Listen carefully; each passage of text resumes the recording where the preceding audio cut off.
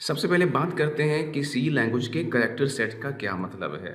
Dear students, जितनी भी programming languages हैं वो मखसूस किस्म के करैक्टर से मिलके बनी होती हैं। उसमें अल्फ़ाबेट्स भी होते हैं, नंबर भी होते हैं, सिंबल भी होते हैं, पंक्चुएशन मार्क भी हो सकते हैं, ऑपरेटर भी होते हैं, काफ़ी सारी चीज़ें होती हैं। ये सारी चीज़ें उस लैंग्वेज का करैक्टर सेट कहलाती हैं। इस तरह सी प्रोग्रामिंग लैंग्वेज भी काफ़ी सारी चीज़ों से मिलके बनी हुई है, तो हर चीज़ जो सी लैंग्वेज के अंदर यूज़ होगी वो इसका करैक्टर सेट कहलाएगी। जैसे कि आप समझते हैं कि इंग्लिश लैंग्वेज कैसे बनी हुई है, उसमें इंग्लिश के अल्फ़ाबेट्स हैं, अपर केस में, लोअर केस में और कुछ सिंबल हैं, उनसे वो इंग्लिश लैंग्वेज बनी है। इस तरह उर्दू लैंग्वेज भी मखसूस किस्म के करैक्टर से मिलके बनी है। ये कलेक्शन ऑफ करैक्टर्स या कलेक्शन ऑफ एलिमेंट्स जिनसे ये लैंग्वेज बनती है, ये कलेक्शन ऑफ एलिमेंट्स जो हैं उस लैंग्वेज का करैक्टर सेट कहलाते हैं। अगर सी लैंग्वेज की बात करें तो सी लैंग्वेज में काफ़ी सारे एलिमेंट्स हैं, उसमें अल्फ़ाबेट्स भी हम यूज़ करेंगे, upper case A B C से लेके जेड तक और lower case A B C से लेके जेड तक ये जो यूज़ होते हैं। इसके अलावा कुछ नंबर्स भी हैं, 0 से लेके 9 तक यूज़ होंगे, कुछ सिंबल्स हैं और ऑपरेटर्स भी हैं। इसके अलावा ब्लैंक और वाइट स्पेसेस जो हैं ये भी प्रोग्राम के अंदर जो है वो यूज़ होंगी। ये सारी चीज़ें आपकी सी लैंग्वेज का करैक्टर सेट कहलाती हैं। कीवर्ड्स की बात करें तो ये स्पेशल प्री डिफाइंड वर्ड्स हैं जो प्रोग्रामिंग लैंग्वेज का हिस्सा होते हैं और ये स्पेशल पर्पस के लिए जो है वो बने होते हैं। इनका जो पर्पस है या जिस मकसद के लिए ये स्पेशल वर्ड बनाए जाते हैं, हम इनको उनके मकसद के मुताबिक जो है वो यूज़ कर सकते हैं। मीन एक प्रोग्रामर या एक यूज़र जो है इनके पर्पस को चेंज नहीं कर सकता, ना इनकी वर्किंग को, फंक्शनैलिटी को बदल सकता है, ना ही इनका नेम चेंज कर सकता है। ये स्पेशल प्री डिफाइंड वर्ड्स जो हैं ये कीवर्ड कहलाते हैं। इसके अलावा इन्हें आप रिजर्व वर्ड भी जो है वो कहते हैं। अगर हम इनकी एग्जांपल की बात करें तो काफ़ी सारे ऐसे कीवर्ड जो है जो हम प्रोग्रामिंग लैंग्वेज के अंदर यूज़ करने वाले हैं, मैं उनको एज अ एग्जांपल के तौर पर यहाँ शामिल कर रहा हूँ। इंट है, फ्लोट है, डबल एंड करैक्टर, ये चार हमारे पास डाटा टाइप्स होंगी। जब भी हम डाटा यूज़ करेंगे तो इन टाइप से उस डाटा को प्रोग्राम के अंदर जो है वो लिखा करेंगे। इसके अलावा फार, वाइल और डू जो हैं ये मखसूस किस्म के रेपिटेशन स्ट्रक्चर्स से बिलोंग करते हैं। इफ़, एल्स, स्विच जो हैं ये सिलेक्शन स्ट्रक्चर्स को बिलोंग करते हैं। इस तरह कुछ और हैं जैसे कि ब्रेक, कंटिन्यू एंड डिफ़ॉल्ट, ये स्पेशल वर्ड हैं और तमाम स्मॉल लेटर्स में जो है वो लिखे जाते हैं। इनकी स्पेलिंग जो है वो आप अगर इनकरेक्ट लिखेंगे तो फिर ये एक सिंटैक्स एरर होगा। टोकन्स की बात करें तो कोई भी प्रोग्राम जब आप लिखेंगे हाई लेवल लैंग्वेज के अंदर वो सोर्स प्रोग्राम है। तो आपका सोर्स प्रोग्राम मुख्तलिफ किस्म के एलिमेंट पर मुश्तमिल हो सकता है। उसमें कीवर्ड्स भी आप लिखेंगे, वेरिएबल्स या आइडेंटिफायर भी आप लिखेंगे, उसमें कांस्टेंट भी होंगे, कुछ ऑपरेटर और पंक्चुएटर भी लिखेंगे। ये तमाम तरह एलिमेंट उस प्रोग्राम के टोकन्स कहलाते हैं। एक एग्जांपल पे गौर करें तो हमने अपने प्रोग्राम का मेन वाला हिस्सा लिखा है, मेन लिखा नज़र आ रहा है, उसके बाद स्मॉल ब्रैकेट्स हैं, इसके बाद जो है वो स्टार्टिंग और एंडिंग ब्रैकेट्स, करली ब्रैकेट्स मौजूद हैं, उसके अंदर 3 लाइनें लिखी नज़र आ रही हैं। पहली लाइन में लिखा हुआ float temp and X Y 4, उसके बाद एक्स वाई 4 इक्वल 10 और finally temp equal X Y 4 plus 10 static 2 statements लिखी नज़र आ रही हैं। इसमें से अगर हम बात करें सबसे पहले तो मेन एक स्पेशल आइडेंटिफायर है। इसके अलावा टेम्प एक्स वाई 4 जो आप यहाँ देख रहे हैं ये वेरिएबल्स हैं और इनसे शुरू में जो फ्लोट लिखा नज़र आ रहा है ये एक कीवर्ड है और इसे आप इसकी डाटा टाइप भी कहते हैं। इसके अलावा मखसूस किस्म के पंक्चुएटर्स हैं जैसे कि ब्रैकेट्स लगी नज़र आ रही हैं, कॉमा है और सेमीकोलन भी स्टेटमेंट्स के एंड पे मौजूद है और कुछ स्पेसेस भी दी हुई नज़र आ रही हैं जैसे कि देखें फ्लोट के बाद टेम्प के दरमियान एक स्पेस है। कुछ ऑपरेटर्स भी यहाँ पे आप देख रहे हैं, इक्वल है, प्लस है और स्टैटिक इस प्रोग्राम के अंदर जो है वो यूज़ हुआ। तो मीन आपके प्रोग्राम के अंदर जितना कुछ यूज़ होता है वो सारी चीज़ें टोकन्स जो है वो कहलाती हैं। आइडेंटिफायर्स की बात करें तो यूनिक नेम्स हैं जो आपके प्रोग्राम के अंदर वेरिएबल्स को या यूज़र डिफाइंड फंक्शंस को, लेबल्स को या कांस्टेंट को शो करते हैं, वो आइडेंटिफायर्स कहलाते हैं। सी लैंग्वेज जो है इसमें आइडेंटिफायर्स का नेम जो है वो 31 कैरेक्टर पर मुश्तमिल हो सकता है। मीन आप जब भी कोई वेरिएबल का नेम लिखेंगे, किसी कांस्टेंट का नेम, किसी फंक्शन का नेम या कोई लेबल का नाम जब आप डिफाइन करेंगे तो 31 कैरेक्टर तक वो हो सकता है। लेकिन अगर आप 31 कैरेक्टर से ज़्यादा जो है वो किसी भी आइडेंटिफायर का नाम लिखेंगे तो आपका सी कंपाइलर पहले 31 कैरेक्टर्स को जो है वो शामिल करेगा, बाकी को इग्नोर कर देगा। आइडेंटिफायर दो तरह के हैं, स्टैंडर्ड आइडेंटिफायर और यूज़र डिफाइंड आइडेंटिफायर। अब अगर स्टैंडर्ड आइडेंटिफायर की बात करें तो कीवर्ड्स की तरह कुछ प्री डिफाइंड आइडेंटिफायर भी सी के अंदर मौजूद हैं। मीन जैसे कीवर्ड्स मौजूद हैं वैसे ही स्टैंडर्ड आइडेंटिफायर भी सी लैंग्वेज का हिस्सा हैं। इन्हें हम प्री डिफाइंड आइडेंटिफायर भी कहते हैं। इनका भी प्रोग्राम के अंदर स्पेशल किस्म का पर्पस होगा। आइडेंटिफायर्स की एग्जांपल करें तो तमाम स्टैंडर्ड लाइब्रेरी फंक्शंस जो प्रोग्राम के अंदर हम यूज़ करते हैं उनके जो नेम है वो स्टैंडर्ड आइडेंटिफायर कहलाते हैं। जैसे कि आप जो है अपने प्रोग्राम के अंदर आउटपुट या इनपुट के लिए प्रिंटफ या स्कैनफ के जो फंक्शन यूज़ करेंगे, जो उनके नेम है प्रिंटफ और स्कैनफ, इनको हम स्टैंडर्ड आइडेंटिफायर का नाम देते हैं। यूज़र डिफाइंड आइडेंटिफायर की बात करें तो यूज़र या प्रोग्रामर अपनी मर्जी से भी कोई आइडेंटिफायर जो है वो बना सकता है। ये यूज़र डिफाइंड आइडेंटिफायर जो है वो कहलाते हैं। जैसे कि यूज़र अपनी मर्जी से वेरिएबल बनाएगा तो वेरिएबल के कोई ना कोई नाम रखेगा। यूज़र अपनी मर्जी से कुछ फंक्शंस बनाएगा तो फंक्शन के भी नाम रखेगा। मीन यूज़र जो डिफाइन करता है नेम्स, वो यूज़र डिफाइंड आइडेंटिफायर्स जो है वो कहलाते हैं। सी एक केस सेंसिटिव लैंग्वेज है और इसमें आपका जो कंपाइलर है ये मुख्तलिफ़ किस्म के आइडेंटिफायर को अलग से आइडेंटिफायर करेगा अगर वो केस सेंसिटिव से बाहर होंगे तो। जैसे कि हम कहते हैं कि एरिया में ए अपर केस में लिखा हुआ है और एक एरिया स्मॉल अल्फ़ाबेट्स में लिखा हुआ है, तो ये दो अलग अलग आइडेंटिफायर हैं और सिस्टम या कंपाइलर इनको अलग अलग आइडेंटिफायर जो है वो आइडेंटिफाई करेगा। क्योंकि सी केस सेंसिटिव है इसलिए स्मॉल और अपर केस का बड़ा ख्याल रखना पड़ता है। आप एक वेरिएबल बनाते हैं स्मॉल में ए और जब यूज़ करते हैं तो वहाँ अपर केस में ए लिख देते हैं तो ये इनकरेक्ट होगा। इसलिए आपने ये बात माइंड में रखनी है कि सी एक केस सेंसिटिव लैंग्वेज है, इसमें अपर केस और लोअर केस का बड़ा ख्याल रखना पड़ता है। डियर स्टूडेंट्स, वेरिएबल्स असल में कंप्यूटर मेमोरी के अंदर मखसूस किस्म की लोकेशन को रिप्रेजेंट करते हैं। जब आप प्रोग्राम लिखेंगे और आपके प्रोग्राम के अंदर डाटा प्रोसेस किया जाएगा तो उस डाटे को स्टोर करने के लिए हम वेरिएबल बनाएंगे। तो वेरिएबल मेमोरी में जाके बनेंगे, मेमोरी में क्रिएट होंगे और मेमोरी की किसी न किसी मखसूस लोकेशन में अपने लिए स्पेस जो है वो रिजर्व कर लेंगे। आपके इन वेरिएबल्स के अंदर प्रोग्राम का डाटा जो इनपुट के तौर पर आएगा वो भी स्टोर हो सकता है और इस आने वाले डाटे के ऊपर जो प्रोसेस होगा और जो रिज़ल्ट आएंगे वो रिज़ल्ट भी स्टोर किए जा सकते हैं। असल में हम जब बात करते हैं वेरिएबल्स की तो असल में वेरिएबल मेमोरी के अंदर जाकर क्रिएट होते हैं। मेन वेरिएबल का जो नेम है ये प्रोग्राम एग्जीक्यूशन के दौरान फिक्स रहता है। हाँ, जो डाटा आपने वेरिएबल्स के अंदर स्टोर किया है वो प्रोग्राम एग्जीक्यूशन के दौरान बदल सकता है।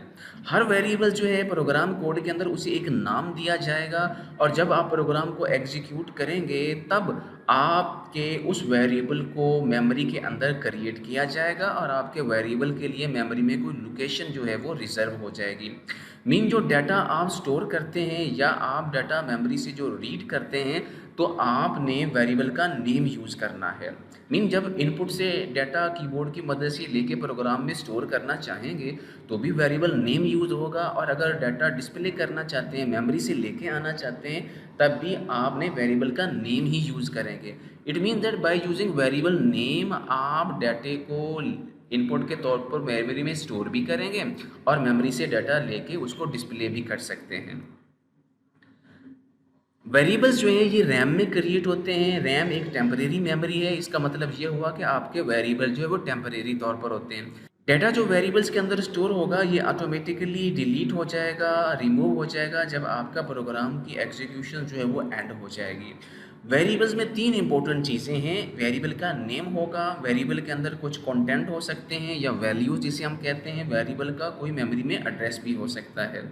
मीन अगर हम इस डायग्राम के ऊपर गौर से देखें तो आपको यहाँ पर एक मेमोरी का स्ट्रक्चर बना नज़र आ रहा है। यहाँ पर मेमोरी की लोकेशंस हैं जो कि 000 से लेके 005 और सो ऑन किसी भी नंबर से हो सकते हैं। ये फर्जी नंबर है जो मेमोरी लोकेशन को शो कर रहे हैं।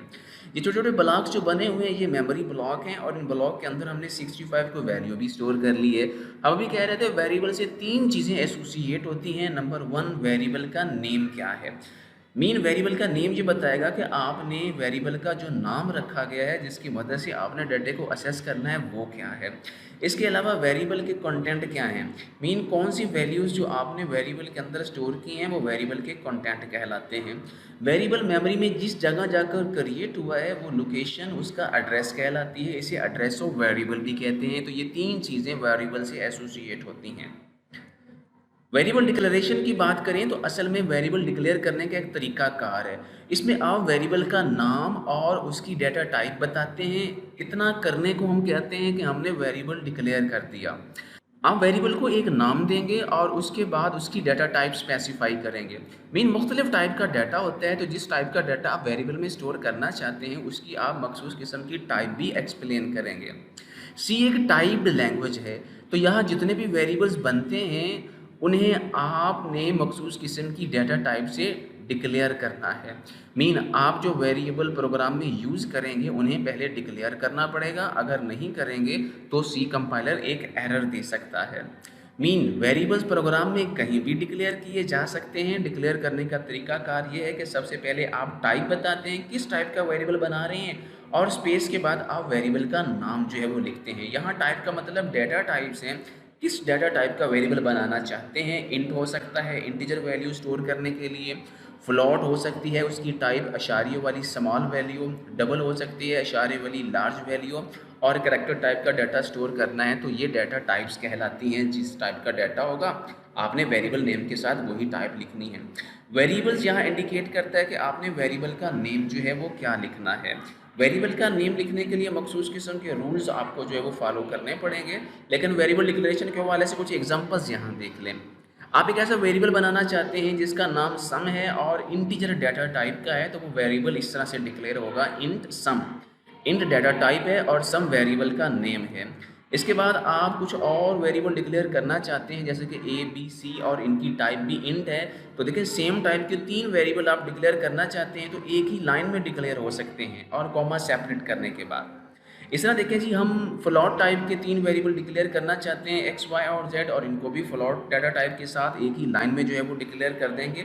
यहाँ सबसे इम्पोर्टेंट चीज़ें हैं कि अगर आपके प्रोग्राम में मुख्तलिफ़ किस्म के वेरिएबल जो हैं वो मौजूद हैं, मुख्तलिफ डाटा टाइप के वेरिएबल्स हैं, तो उनको अलग अलग डिक्लेयर कीजिएगा। और सबसे इम्पोर्टेंट चीज़ कि आप जो वेरिएबल नेम रखेंगे वो यूनिक होना चाहिए। अगर आपने एक डाटा टाइप से एक वेरिएबल का नाम रख दिया तो वो नाम आप दोबारा यूज़ नहीं कर सकते उस प्रोग्राम में। हाँ, किसी और टाइप के लिए भी यूज़ नहीं कर सकते, ये भी याद रखिएगा। वेरिएबल डिक्लेरेशन और वेरिएबल डेफिनेशंस में थोड़ा सा डिफरेंट है। वेरिएबल डिक्लेयर करने का मतलब ये है कि आप कंपाइलर को वेरिएबल का नेम और इसकी डाटा टाइप बताते हैं।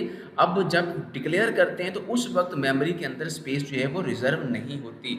लेकिन जब वेरिएबल डिफाइन होता है, आपका प्रोग्राम रन होता है, आप प्रोग्राम को एग्जीक्यूट करते हैं, तो उस वक्त आपका कंपाइलर जो है वो डिक्लेरेशन को चेक करता है और उसे पता चलता है कि इंट फ्लॉट डबल से वेरिएबल डिक्लेयर किए गए हैं, तो उनकी डेफिनेशन में जाता है। तो डेफिनेशन में उसे वेरिएबल के नेम का पता चलता है, उसकी डाटा टाइप का भी पता चलता है, और फिर मेमोरी लोकेशन भी जो है उस वेरिएबल के लिए रिजर्व हो जाती है। और कितनी मेमोरी रिजर्व होगी इस बात का अनुसार उसकी डाटा टाइप पर है। याद रखें, इंट डाटा टाइप है 2 बाइट स्पेस रिजर्व करेगी, फ्लॉट 4 बाइट स्पेस रिजर्व करेगी, डबल 8 बाइट स्पेस रिजर्व करेगी, और करैक्टर 1 बाइट स्पेस मेमोरी में रिजर्व करेगी। तो आगे इनके बारे में भी हम एक्सप्लेन करेंगे। वेरिएबल्स के लिए कुछ रूल्स हैं कि आप वेरिएबल का नेम कैसे रखेंगे। आपका वेरिएबल का नेम जो है वो लेटर, डिजिट या अंडरस्कोर पर मुश्तमिल हो सकता है, लेकिन याद रखें आपके वेरिएबल का पहला करैक्टर जो है वो लेटर या अंडरस्कोर ही होना चाहिए, अदरवाइज आपका वेरिएबल वैलिड नहीं होगा, इनवैलिड होगा।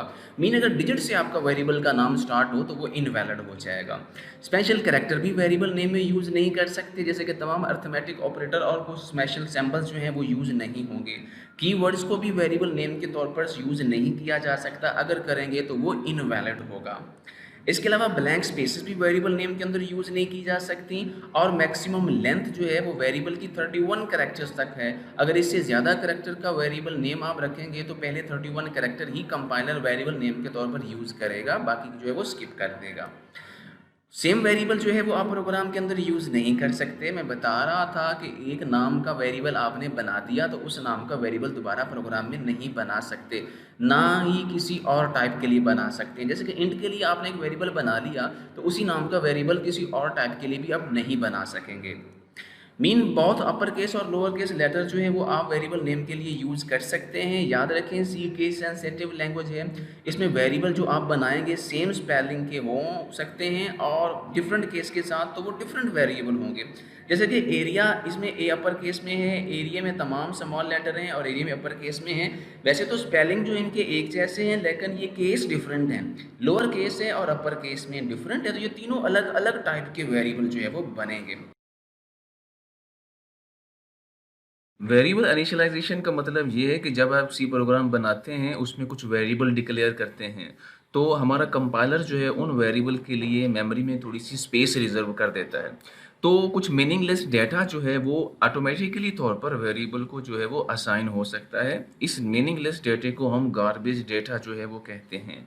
वेरिएबल इनिशियलाइज़ेशन का मतलब ये होगा कि जब आप एक वेरिएबल डिक्लेयर करते हैं, तो उसकी डिक्लेरेशन के साथ-साथ आप उस वेरिएबल को कोई वैल्यू भी असाइन कर देते हैं। इस प्रोसेस को हम वेरिएबल इनिशियलाइज़ेशन कहते हैं। वेरिएबल इनिशियलाइज़ेशन के जनरल सिंटैक्स को देखें तो सबसे पहले हम टाइप बताते हैं, टाइप के बाद हम वेरिएबल का नेम जैसे डिक्लेरेशन में था और इक्वल के बाद कोई वैल्यू जो है वो लिखने के बाद सेमीकोलन लगाते हैं, तो कोई भी वेरिएबल डिक्लेयर करने के साथ-साथ उसे वैल्यू भी असाइन हो जाती है। एक आसान सी एग्जांपल देखें कि एक वेरिएबल x इंटीजर टाइप का डिक्लेयर करना है और उसे 5 वैल्यू जो है वो असाइन करनी है, तो ये डिक्लेरेशन और इनिशियलाइजेशन की इकट्ठी स्टेटमेंट कुछ इस तरह से लिखी जाएगी, int x इक्वल 5। इसी तरह अगर मल्टीपल वेरिएबल्स हमारे पास हो सेम टाइप के, उन्हें डिक्लेयर और इनिशियलाइज करना हो तो एक ही लाइन में कर सकते हैं, जैसे कि int x इक्वल 15, कॉमे के बाद y इक्वल 10 एंड कॉमे के बाद z इक्वल 25। मीन आपने 3 वेरिएबल डिक्लेयर भी कर दिए और इनिशियलाइज भी कर दिए। बिल्कुल वैसे ही जैसे कि सेम टाइप के वेरिएबल एक ही लाइन में डिक्लेयर हो जाते हैं, इस तरह सेम टाइप के वेरिएबल एक ही लाइन में डिक्लेरेशन के साथ-साथ इनिशियलाइज भी हो जाते हैं।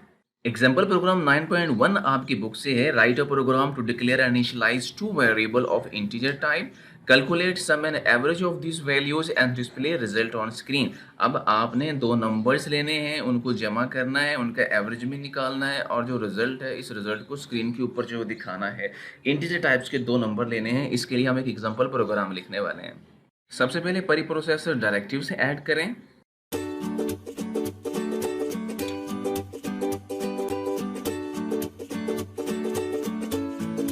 इसके बाद मेन फंक्शंस,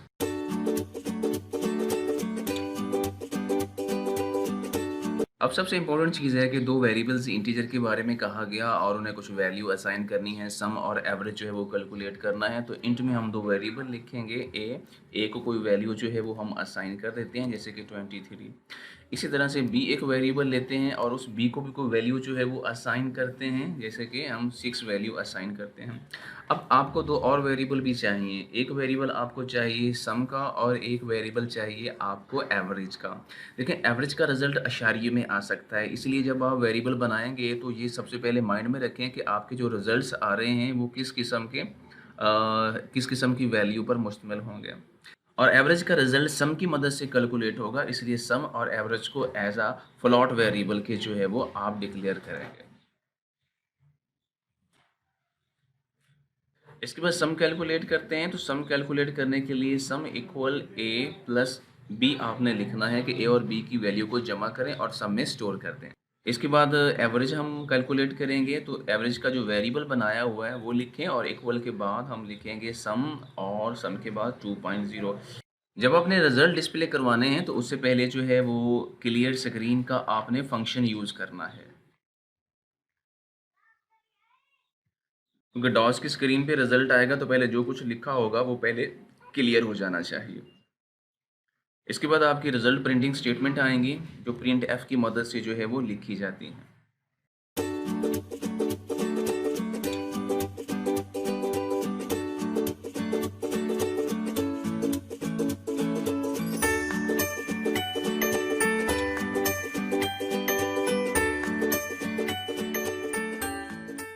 कैरेक्टर हमारी आखिरी स्टेटमेंट है, लेकिन इससे पहले प्रिंट एफ की इन दो स्टेटमेंट्स को थोड़ा सा समझ लें।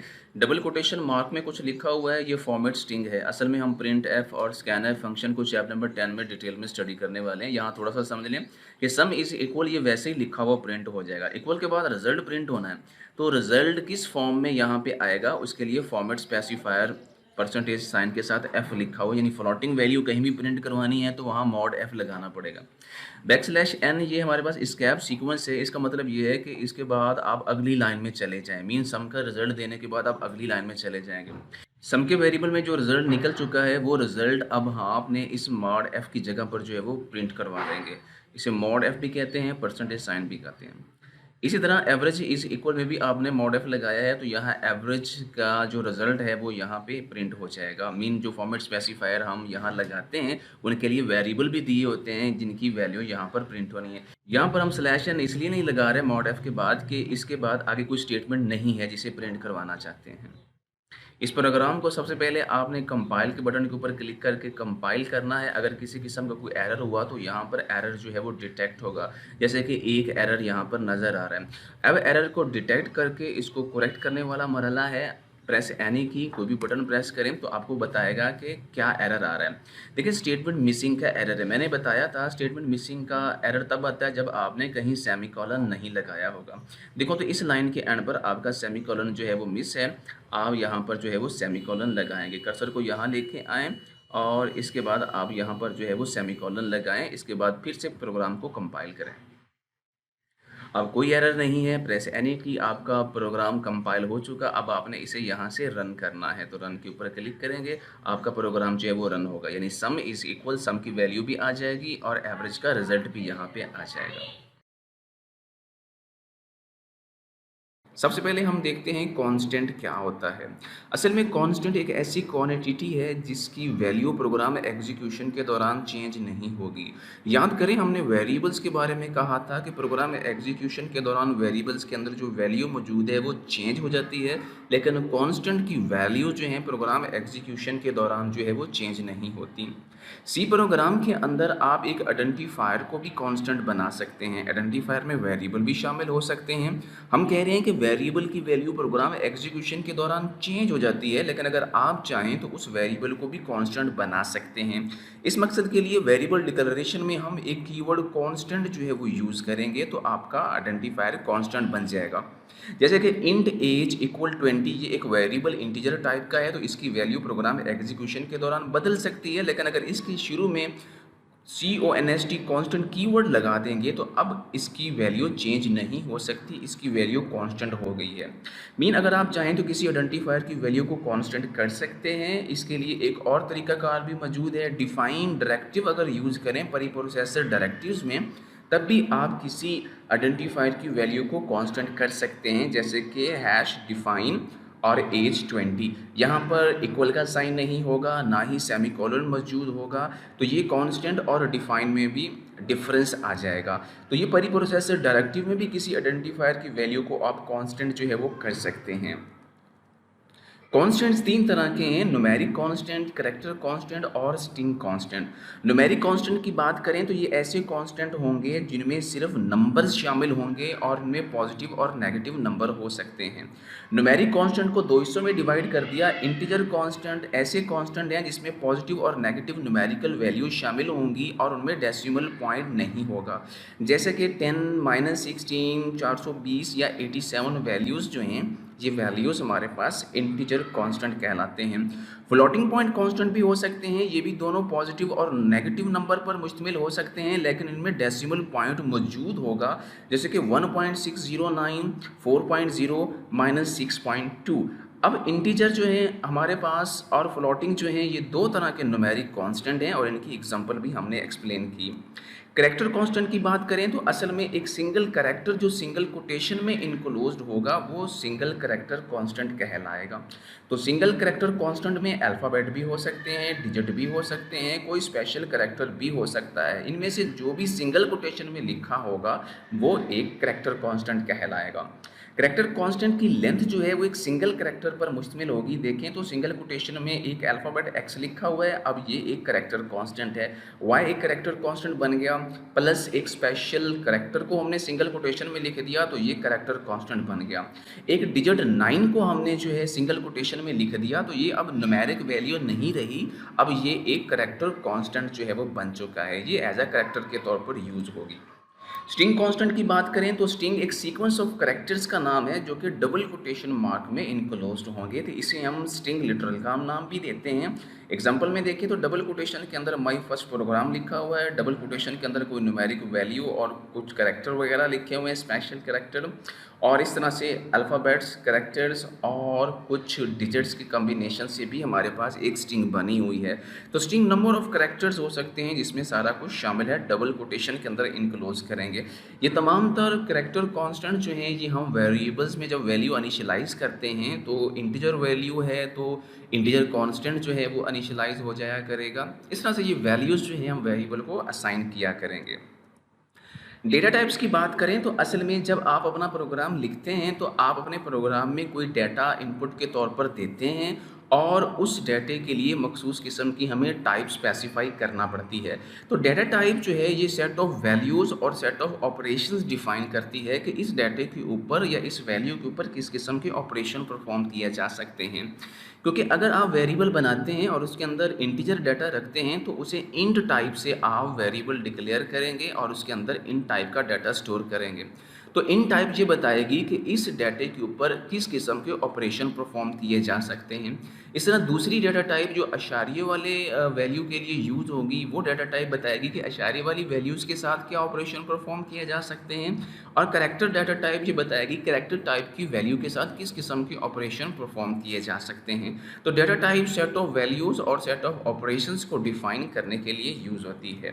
सी प्रोग्राम के अंदर डेटा और उसकी टाइप जो है ये डिज़ाइनिंग से पहले जो है वो डिफ़ाइन करनी पड़ती है। आप प्रोग्राम बनाएंगे तो उससे पहले आपको डेटा टाइप और उसकी टाइप के बारे में एक्सप्लेन करना पड़ेगा। तो मुख्तलिफ टाइप का डेटा जब प्रोग्राम के अंदर यूज़ होता है तो मुख्तलिफ डेटा टाइप्स हमारे पास बनेंगी और आप कोई भी वेरिएबल बनाएंगे हर वेरिएबल जो है वो किसी ना किसी डेटा टाइप से ज़रूर एसोसिएट होगा। आपका वेरिएबल इंटीजर हो सकता है, आपका वेरिएबल फ्लोट टाइप का हो सकता है, आपका वेरिएबल डबल टाइप का या आपका वेरिएबल कैरेक्टर टाइप का भी हो सकता है। डेटा टाइप्स जो हैं वो दो तरह की हैं, स्टैंडर्ड डेटा टाइप और यूज़र डिफाइंड डेटा टाइप। अगर स्टैंडर्ड डेटा टाइप की बात करें तो ये ऐसी डेटा टाइप्स हैं जो प्रोग्रामिंग लैंग्वेज का हिस्सा हैं, प्रोग्रामिंग लैंग्वेज में पहले से डिफाइन की हुई हैं। स्टैंडर्ड डेटा टाइप्स में हम चार तरह की डेटा टाइप्स के ऊपर फोकस करेंगे, int, float, double and character. User defined data types की बात करें तो सी लैंग्वेज जो है ये अपने प्रोग्रामर या यूज़र को अलाउ करती है कि आप अपनी मर्ज़ी से डेटा टाइप डिफाइन भी कर सकते हैं। तो इस मकसद के लिए कुछ एडवांस प्रोग्रामिंग कंसेप्ट यूज़ होते हैं जो कि सी प्लस प्लस या जावा के अंदर मौजूद हैं, जिन्हें स्ट्रक्चर और क्लासेस कहते हैं। इनकी मदद से यूज़र डिफाइंड डेटा टाइप बनाई जा सकती हैं। आपकी सी लैंग्वेज के पोर्शन में स्ट्रक्चर और क्लासेस शामिल नहीं हैं। आप फ्यूचर में जब सी प्लस प्लस पढ़ेंगे तो वहाँ पर स्ट्रक्चर और क्लासेस के कंसेप्ट स्टडी करेंगे, वहाँ आप यूज़र डिफाइंड डेटा टाइप्स के ऊपर काम करेंगे।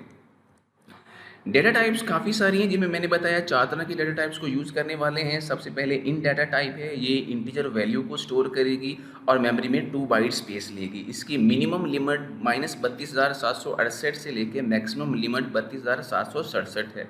तो शॉर्ट इंटीजर भी हो सकता है, वो भी 2 बाइट स्पेस रिजर्व करेगा। लॉन्ग इंटीजर भी हो सकता है तो वो ज़्यादा अमाउंट में डाटा जो है वो स्टोर करेगा और 4 बाइट स्पेस रिजर्व करेगा।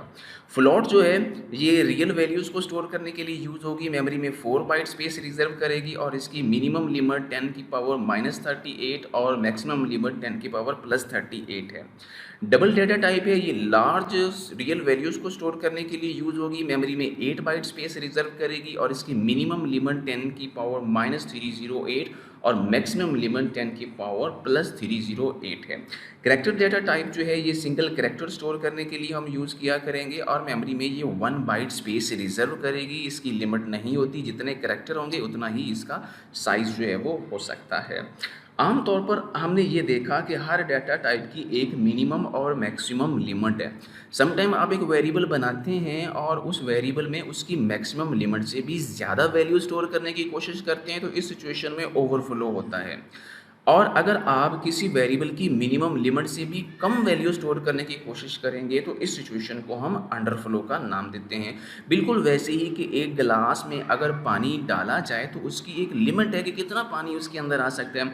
अब अगर उससे ज़्यादा पानी उसके अंदर डालने की कोशिश करेंगे तो वो पानी उस गिलास से बाहर निकलना शुरू होगा, जो ओवरफ्लो कहलाता है। इसी तरह किसी भी वेरिएबल के अंदर अगर मिनिमम लिमिट से भी कम वैल्यू स्टोर करेंगे तो वो अंडरफ्लो कहलाएगा। सबसे पहले हम बात करते हैं व्हाट इज़ द ऑपरेटर्स। ये स्पेशल सिंबल है जो मखसूस किस्म के ऑपरेशंस डेटा के ऊपर परफॉर्म करने के लिए यूज़ होता है, इसे हम ऑपरेटर कहते हैं। जैसे कि एडिशन के लिए प्लस ऑपरेटर हम लगाते हैं, सब्ट्रैक्शन के लिए माइनस ऑपरेटर जो है वो हम लगाते हैं। तो ऑपरेटर एक स्पेशल सिंबल है जो ऑपरेंड्स के साथ काम करेगा, वैल्यूज़ के साथ काम करेगा और कोई ना कोई ऑपरेशन परफॉर्म करेगा। ऑपरेटर्स जो हैं वो काफ़ी सारे हैं, जिनमें अरिथमेटिक ऑपरेटर है, रिलेशनल ऑपरेटर्स हैं, logical operator, assignment operators, increment decrement operators, compound assignment operators. इन तमाम ऑपरेटर्स को हम वन बाय वन जो है लेक्चर्स में पढ़ने वाले हैं, बट आज के लेक्चर के अंदर हम सिर्फ अरिथमेटिक ऑपरेटर्स की बात करेंगे। अरिथमेटिक ऑपरेटर्स ऐसे ऑपरेटर हैं जो कि अरिथमेटिक ऑपरेशन परफॉर्म करेंगे और इनके लिए कि ये न्यूमेरिकल वैल्यूज़ के ऊपर अरिथमेटिक ऑपरेशन परफॉर्म करेंगे। It means that numerical values के ऊपर जो ऑपरेटर अरिथमेटिक ऑपरेशन परफॉर्म करेंगे, ऐसे ऑपरेटर्स को अरिथमेटिक ऑपरेटर्स का नाम दिया जाता है। बहुत सारे अरिथमेटिक ऑपरेटर्स मौजूद हैं जिन्हें आपने बेसिक मैथमेटिक्स के अंदर पढ़ा होगा, जिसमें एडिशन है, प्लस है और इसे हम टू वैल्यूज़ को ऐड करने के लिए यूज़ करते हैं। सब्ट्रैक्शन माइनस के साइन के साथ है, ये एक वैल्यू को दूसरी वैल्यू से सब्ट्रैक्ट करता है। मल्टीप्लिकेशन के लिए हम स्टेरिक लगाएंगे, ये टू वैल्यूज़ को मल्टीप्लाई करेगा। डिवीजन है, स्लैश है, ये आमतौर पर एक वैल्यू को दूसरी वैल्यू पे डिवाइड करेगा। मॉडुलस परसेंटेज ऑपरेटर है, इसे मॉड ऑपरेटर भी कहते हैं। ये आमतौर पर टू इंटीजर के दरमियान डिवीजन कैलकुलेट करता है और रिमाइंडर का रिजल्ट प्रोवाइड करेगा। अरिथमेटिक ऑपरेटर्स के हवाले से दो इंपॉर्टेंट नोट हैं कि तमाम अरिथमेटिक ऑपरेटर्स जो हैं मॉडुलस ऑपरेटर के अलावा ये रियल वैल्यूज़ यानी इशारे वाली वैल्यूज़ और इंटीजर वैल्यूज़ दोनों के साथ जो है वो अरिथमेटिक ऑपरेशन परफॉर्म करते हैं। मॉडुलस ऑपरेटर जो है ये सिर्फ डिवीजन परफॉर्म करता है और आमतौर पर इंटीजर वैल्यूज़ के साथ काम करेगा। मॉडुलस ऑपरेटर रियल वैल्यूज़ के साथ काम नहीं करेगा। जैसे कि 7 मॉड 4 जो है वो आपको 3 रिजल्ट जो है वो रिटर्न करेगा। अगर 7 डिवाइड 4 करेंगे तो उसके बाद जो है वो डिवीजन का जो रिजल्ट होगा वो कुछ और होगा, लेकिन जो बाकी बचेगा वो मॉड ऑपरेटर आपको रिटर्न करेगा। अरिथमेटिक ऑपरेशंस जो है ये बाइनरी ऑपरेशन कहलाते हैं क्योंकि ये two values mean two constant या टू वेरिएबल्स के साथ जो है वो काम करते हैं। मीन तमाम अरिथमेटिक ऑपरेटर्स जो हैं ये बाइनरी ऑपरेटर है और ये टू ऑपरेंड्स के साथ काम करते हैं, यानी दो वैल्यू इन्हें चाहिए होती हैं ताकि ये अपना एक्शन परफॉर्म कर सकें। एक्सप्रेशन की बात करें तो एक्सप्रेशन असल में ऑपरेटर्स और ऑपरेंड की कॉम्बिनेशन का नाम है। इसमें कुछ ऑपरेंड यूज़ होंगे और कुछ ऑपरेटर यूज़ होंगे जिनकी मदद से आप कोई ऑपरेशन परफॉर्म कर सकते हैं। ऑपरेंड्स जो हैं वो वैल्यूज़ हो सकती हैं जिनके ऊपर ऑपरेटर्स ने कुछ ऑपरेशन परफॉर्म करने हैं। उनमें हमारे पास वेरिएबल्स भी हो सकते हैं ऑपरेंड्स के अंदर, कांस्टेंट या इनके कॉम्बिनेशन से कुछ भी हो सकता है। अगर आप देखें तो a प्लस बी यहाँ लिखने का मतलब ये है कि a और b वो वैल्यूज़ हैं, ऑपरेंड्स हैं जिनके ऊपर प्लस ऑपरेटर ने एक्शन परफॉर्म करना है। तो प्लस ऑपरेटर होगा और इसके अलावा जो वैल्यूज़ होंगी वेरिएबल या कांस्टेंट की शक्ल में, उनको हम ऑपरेंड्स का नाम देंगे। पैरेंथेसिस जो हैं वो आमतौर पर एक्सप्रेशन के अंदर यूज़ होती हैं और ये एक्सप्रेशन आमतौर पर सॉल्व हो जाने के बाद एक सिंगल रिजल्ट जो है वो आपको देते हैं कि हर एक्सप्रेशन एक सिंगल रिजल्ट आपको जनरेट करके देगा। एक्सप्रेशन काफ़ी सारे हैं, अरिथमेटिक एक्सप्रेशन, रिलेशनल एक्सप्रेशन और लॉजिकल एक्सप्रेशन।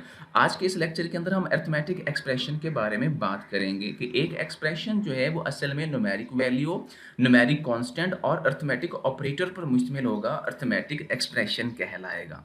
या आप ये कह सकते हैं कि ऐसा एक्सप्रेशन जिसमें अरिथमेटिक ऑपरेटर होगा वो अरिथमेटिक एक्सप्रेशन कहलाएगा। मीन कोई भी एक्सप्रेशन उसके ऑपरेटर से पहचाना जाता है। अगर वो लॉजिकल ऑपरेटर यूज़ हो रहा है तो वो लॉजिकल एक्सप्रेशन बन जाएगा। इस तरह अगर इंक्रीमेंट ऑपरेटर यूज़ हो रहा है उसके अंदर तो वो इंक्रीमेंट या डिक्रीमेंट एक्सप्रेशन जो है वो बन जाएगा। अरिथमेटिक एक्सप्रेशन जो है ये आमतौर पर अरिथमेटिक फार्मूला का रिजल्ट कैलकुलेट करेगा और सिंगल वैल्यू जो है रिजल्ट के तौर पर आपको रिटर्न करेगा। जैसे कि कुछ एक्सप्रेशन लिखे नज़र आ रहे हैं, a plus B, A asterisk 5 plus B और ब्रैकेट्स के अंदर a प्लस बी स्टैरिक, फिर ब्रैकेट्स के अंदर a माइनस बी है। ये एक्सप्रेशन है जिनमें आप देख रहे हैं मुख्तलिफ किस्म की वैल्यूज़, वेरिएबल्स, कांस्टेंट वगैरह यूज़ हो रहे हैं और साथ साथ कुछ अरिथमेटिक ऑपरेटर भी मौजूद हैं। ये अरिथमेटिक एक्सप्रेशन इसलिए कहलाएंगे कि इनके अंदर अरिथमेटिक ऑपरेटर्स जो हैं वो यूज़ हो रहे हैं। अरिथमेटिक एक्सप्रेशंस के लिए एक एग्जांपल है कि अगर आपके पास a b की कुछ वैल्यूज़ हों, a की वैल्यू 9, b की वैल्यू 6 हो और ये इंटीजर टाइप के वेरिएबल्स हों, तो फॉलोइंग टेबल के अंदर हम कुछ अरिथमेटिक एक्सप्रेशन और इनकी आउटपुट को देख सकते हैं। मीन याद रखें, a की वैल्यू 9, b की वैल्यू 6 ले रहे हैं तो यहाँ a प्लस b जो है वो आपको क्या रिजल्ट देगा, a की वैल्यू 9, b की वैल्यू 6, ये 15 आउटपुट देगा। a minus B mean 9 minus 6 ये आपको 3 रिजल्ट देगा। 9 स्टैरिक 6 ये आपको 54 रिजल्ट देगा। 9 डिवाइड बाई 6 ये आपको 1 रिजल्ट देगा, और रिमाइंडर का जो ऑपरेटर यूज़ हो रहा है ये आपको 3 रिजल्ट देगा, क्योंकि बाकी 3 बचेंगे। गौर करें कि एक्सप्रेशन की डाटा टाइप जो है वो ऑपरेंड्स की टाइप के ऊपर डिपेंड करती है, कि आपके पास अगर सारे ऑपरेंड इंटीजर टाइप के हैं तो आपके एक्सप्रेशन की टाइप भी इंटीजर होगी। लेकिन अगर डाटा टाइप ऑपरेंड्स की डिफरेंट होंगी तो कंपाइलर जो है वो तमाम तर लोअर डाटा टाइप्स को हायर डाटा टाइप्स में कन्वर्ट कर लेगा। तो यहाँ लोअर टू हायर में हमने एक लिस्ट दी है कि सबसे लोअर में शॉर्ट इंट है, उसके बाद इंट है, फिर लॉन्ग इंट है, फिर फ्लोट डबल, और फिर हायर टाइप लॉन्ग डबल हो जाती है। तो आपने गौर करना है कि एक्सप्रेशन के अंदर कौन कौन सी डाटा टाइप यूज हुई हैं। जो हायर डाटा टाइप होगी, बाकी लोअर डाटा टाइप भी उस हायर में पहले कंपाइलर चेंज करेगा, फिर उन सब के ऊपर कोई अर्थमेटिक ऑपरेशन जो है वो परफॉर्म करेगा। यहाँ एक एग्जांपल है कि अगर आपके पास ओपोनेंट्स में एक ओपोनेंट इंट है, एक फ्लॉट है और एक लॉन्ग है, तो याद रखें यहाँ पर फ्लॉट हमारे पास जो है ये हायर डेटा टाइप है, इसलिए बाकी इंट और लॉन्ग को भी ये फ्लॉट में चेंज करके एक्सप्रेशन का रिजल्ट फ्लॉट में दे देगा। यहाँ इंट और लॉन्ग में देखें तो int 2 byte long 4 byte space reserve करती है, तो आपके पास ये इंट भी लॉन्ग में चेंज हो जाएगा और फिर फाइनल रिजल्ट लॉन्ग में आएगा। इन डाटा टाइप हो, डबल हो और लॉन्ग डबल हो, तो long double higher data type है, इसलिए इस डबल और इंट को भी लॉन्ग डबल में चेंज किया जाएगा। ये काम कंपाइलर करेगा और फाइनल एक्सप्रेशन का रिजल्ट जो है वो लॉन्ग डबल के अंदर आपके पास आ जाएगा। सबसे पहले हम ऑपरेटर प्रेसिडेंस की डेफिनेशन करेंगे। जब आप एक अर्थमेटिक एक्सप्रेशन लिखते हैं तो उस एक्सप्रेशन में काफ़ी सारे अर्थमेटिक ऑपरेटर्स भी होते हैं, जिसमें एडिशन, सब्ट्रैक्शन, मल्टीप्लिकेशन, डिवीजन्स और मॉडुलस ऑपरेटर शामिल है। तो हमने देखना ये है कि आपने उस एक्सप्रेशन में कौन सा ऑपरेटर सबसे पहले हल करना है। तो ऑपरेटर प्रेसिडेंस ये बताता है order in which arithmetic operators are perform to evaluate an expression. इसे ऑपरेटर प्रेसिडेंस कहते हैं। इसका एक और नाम भी रखा हुआ है जिससे हम हायरार्की ऑफ ऑपरेटर्स का नाम भी देते हैं। अर्थमेटिक एक्सप्रेशन जो है इसको इवैल्यूएट करने का वैसा ही तरीका कार है प्रोग्रामिंग में जैसा आप नॉर्मल मैथमेटिक या अलजेब्रिक एक्सप्रेशन में उसे हल करते हैं। जब भी एक अर्थमेटिक एक्सप्रेशन को आप इवैल्यूएट करेंगे तो कंप्यूटर सिस्टम जो है ये तमाम तर ऑपरेशन जो है ये 1 बाय 1 परफॉर्म करेगा। यहाँ पे देखिए ऑपरेटर प्रेसिडेंस के अंदर जब हम किसी एक्सप्रेशन को सॉल्व करते हैं तो विदाउट पैरेंथेसिस हम कैसे काम करेंगे। अगर मल्टीप्लिकेशन और डिविजन्स के ऑपरेटर्स जो है वो मौजूद हैं तो आप ये डिसाइड करना चाहते हैं कि पहले किसको इवैल्यूएट करें, तो फ्रॉम लेफ्ट टू राइट जो है ये आप काम करेंगे। उसके बाद एडिशन और सब्ट्रैक्शंस को लेफ्ट टू राइट जो है वो आपने सॉल्व करना है। ऑपरेटर प्रेसिडेंस के हवाले से एक एग्जांपल है, एक्सप्रेशन दिया हुआ है 6 + 2 स्टेरिक 5, इसको इवैल्यूएट करना है। तो ज़रा गौर से देखें, प्लस और स्टेरिक जो है ऑपरेटर यूज़ हो रहे हैं। तो स्टेरिक मतलब कि मल्टीप्लिकेशन ऑपरेटर की प्रेसिडेंस ज़्यादा है एज़ कम्पेयर टू प्लस। तो पहले आप 2 स्टेरिक 5 जो है इसको कंप्यूट करेंगे जिसका रिजल्ट 10 आता है। फिर ये 10 रिजल्ट जो है ये 6 के साथ प्लस ऑपरेटर की मदद से परफॉर्म होगा और 16 रिजल्ट आपके पास जो है वो आएगा।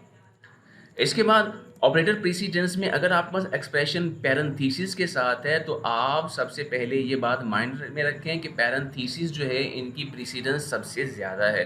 तो सबसे पहले इनर मोस्ट पैरेंथेसिस जो है आप इनको इवैल्यूएट करेंगे। जैसे कि इस एग्जांपल के अंदर आप देख रहे हैं कि 6 + 2 ब्रैकेट्स में है स्टेरिक 5। अब देखें इस ब्रैकेट्स वाला पोर्शन सबसे पहले हल किया जाएगा, 6 + 2 जो 8 रिजल्ट आपको देगा। इसके बाद 8 स्टेरिक 5 जो है ये 40 रिजल्ट आपको देगा। तो मीन पहले पैरेंथेसिस और उसके बाद बाकी पोर्शन जो है वो हमने हल किया है। असाइनमेंट स्टेटमेंट एक ऐसी स्टेटमेंट है जो किसी भी वैल्यू को वेरिएबल को असाइन करने के लिए यूज़ होती है, असाइनमेंट स्टेटमेंट कहलाती है। तो असाइनमेंट स्टेटमेंट की मदद से आप वेरिएबल्स को मुख्तलिफ चीज़ें असाइन कर सकते हैं। जैसे कि पहली एग्जांपल में हम एक एक्सप्रेशन की वैल्यू को या एक्सप्रेशन के रिजल्ट को वेरिएबल को असाइन कर रहे हैं, जबकि दूसरी एग्जांपल में देखें तो हम एक वेरिएबल की वैल्यू को किसी दूसरे वेरिएबल में असाइन कर रहे हैं, या आप एक कांस्टेंट वैल्यू को किसी वेरिएबल में असाइन कर सकते हैं। तो ये काम एक मखसूस किस्म के ऑपरेटर की मदद से होता है।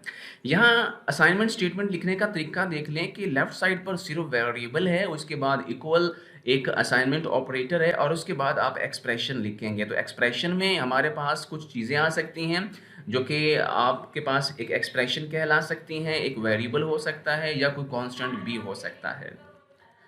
असाइनमेंट ऑपरेटर एक स्पेशल सिंबल है जो सी लैंग्वेज के अंदर किसी वेरिएबल की वैल्यू को आप जो है वो असाइन करेंगे लेफ्ट साइड पर मौजूद दूसरे वेरिएबल को, तो ये असाइनमेंट ऑपरेटर जो है वो कहलाएगा। असाइनमेंट ऑपरेटर में देखें तो इक्वल का साइन असाइनमेंट ऑपरेटर के तौर पर यूज़ होता है। तो एक्सप्रेशन के जो राइट साइड पर आप लिखेंगे असाइनमेंट ऑपरेटर, तो उस साइड पे पहले जो एवोल्यूशन होगी वो पूरे एक्सप्रेशन का रिजल्ट होगा। मीन इक्वल के बाद जो आपके पास एक एक्सप्रेशन लिखा हुआ नज़र आता है राइट साइड पर, पहले वो हल होगा, उसका जो रिजल्ट निकलेगा वो रिजल्ट इक्वल असाइनमेंट ऑपरेटर की मदद से लेफ्ट साइड पर मौजूद किसी वेरिएबल को असाइन हो जाएगा।